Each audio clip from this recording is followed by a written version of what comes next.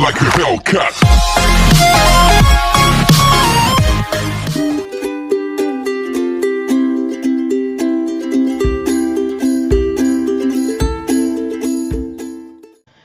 Good morning, yoga lovers.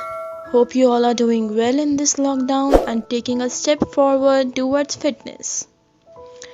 अगर आप लोगों ने फिटनेस की तरफ बढ़ने का सोचा है तो ये बहुत ही अच्छा डिसीजन है, क्योंकि अब हम लोगों को टाइम मिला है खुद के ऊपर ध्यान देने का. पहले इधर भाग दौड़ उधर भाग दौड़ ये सब हट के अब हम खुद पर ध्यान देंगे. और अगर आप लोग सोच रहे हैं योगा की ओर बढ़ने का, योगा के बेनिफिट्स जानने का, योगा में क्या क्या होता है उसके अंदर एकदम डीप तक जाने के लिए, तो आप एकदम सही जगह पे हैं. Welcome to our channel peace yoga and this is Deepika Verma, your fitness partner. ये सीरीज उनके लिए है जो एकदम स्टार्टिंग से योगा स्टार्ट कर रहे हैं, जो बिल्कुल बिगनर्स हैं, और हम उनको स्टेप बाय स्टेप लेके जाएंगे योगा की तरफ. So let's start our first episode. So दोस्तों, आज का जो फर्स्ट एपिसोड है उसमें हम बात करेंगे सिटिंग पोस्चर के बारे में.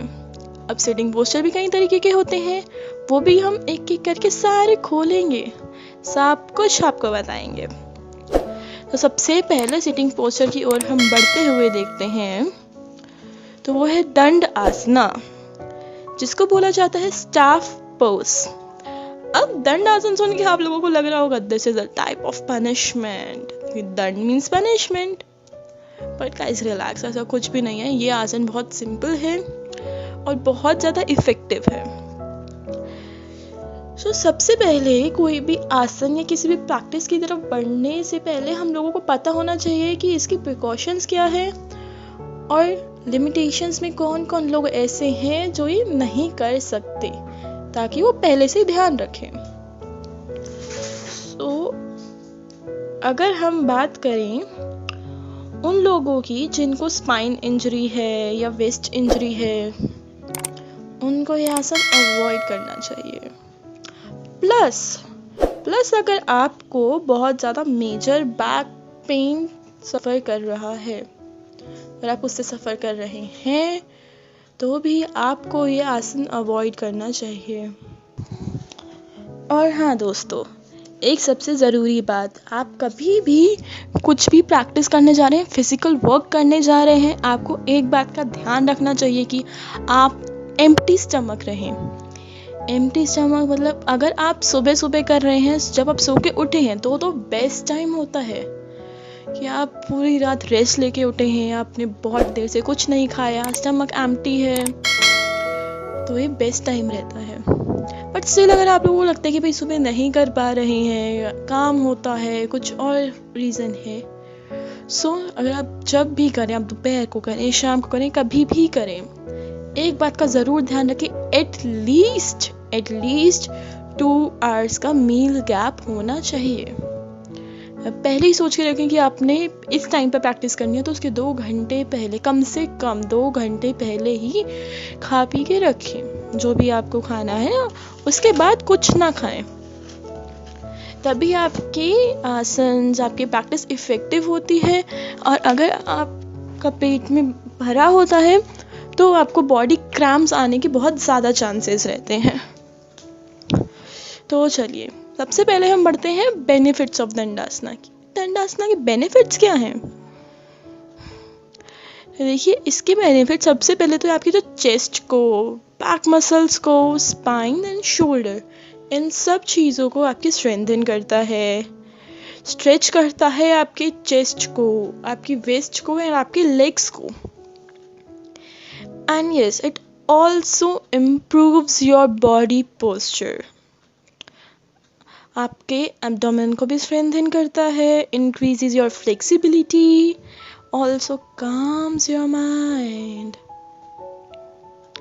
एंड यस, ये फोकस और कंसंट्रेशन इंक्रीज करने के लिए भी बहुत ज़्यादा बेनिफिशियल रहता है.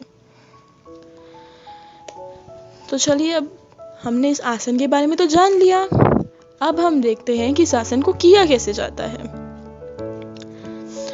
सबसे पहले आपको क्या करना है, आपको अपने पैरों को आगे की तरफ स्ट्रेच करना है। सबसे पहले तो कोशिश रखिएगा कि आपकी जो नीज हैं वो मुड़ नहीं, बट आपने स्ट्रेच किया हुआ है, आपको बहुत ज़्यादा पेन हो रहा है, तो आप थोड़ा सा मुड़ के अपने आप को कंफर्टेबल कर सकते हैं। कि योगा कभी नहीं कहता कि खुद को दर्द दो, थोड़ा कंफर्टेबल जोन में रहने में कोई प्रॉब्लम नहीं है। ओके, उसके बाद आपको क्या करना है, आपकी जो स्पाइन है आपको इसको एकदम स्ट्रेट करना है। आपका जो बैक है वो स्ट्रेट रहे। देखिए, बैक स्ट्रेट होगा तभी तो आपका पोस्चर सही होगा एंड बेनिफिट्स मिलेंगे। उसके बाद एक चीज का आपको सबसे ज्यादा ध्यान रखना है, जो कि है आपका नेक। तो जो नेक है वो ना ही फॉरवर्ड बेंड होना चाहिए ना ही बैकवर्ड, वो आपकी स्पाइन के साथ ही स्ट्रेट रहे। प्लस आपका जो पाम है वो आपके हिप के साइड में होने चाहिए। यहाँ पे आपको ना कुछ लोग बोलते हैं, आपको फोटोज वगैरह में भी दिखेगा कि आपकी एल्बो एकदम स्ट्रेट हो, बट एल्बो स्ट्रेट करके आपको अपने शोल्डर को स्ट्रेच देने से बेटर है आपको एल्बो से हल्का सा बेंड करो, बट आपके शोल्डर रिलैक्स हो। होपफुली आप लोगों को अच्छे से समझ आ गया होगा। एंड आपको कोई फोटो भी दिख रही है साइड में, तो आप उस फोटो को देख के जैसे समझ सकते हैं कि ये पोस्चर क्या कहता है। अब इसके बाद आप ट्राई जरूर कीजिए कि इस पोस्चर में आप 30 to 60 सेकेंड्स बैठे रहें, इसको होल्ड करके रखें एंड डीप ब्रीदिंग करते रहें। Deep breathing is must. फिर खुद को रिलैक्स करें एंड जस्ट रिलैक्स योरसेल्फ। ये था आज का पहला एपिसोड। आई होप आप लोगों को अच्छे से समझ आया होगा दंडासना क्या है, बेनिफिट्स, लिमिटेशंस, एवरीथिंग। जाने से पहले एक बड़ा सा थम्स अप देते जाइए। कमेंट सेक्शन में ज़रूर बताइएगा आपको ये वीडियो कैसी लगी, या आपको कहीं पे भी कोई प्रॉब्लम आई, एनी डाउट, एनीथिंग, सब कुछ क्लैरिफाई किया जाएगा। प्लस चैनल को सब्सक्राइब करते जाइए। Stay healthy, stay tuned, stay safe, stay home। इस टाइम पे अपने आप को सेफ रखना बहुत ज़रूरी है।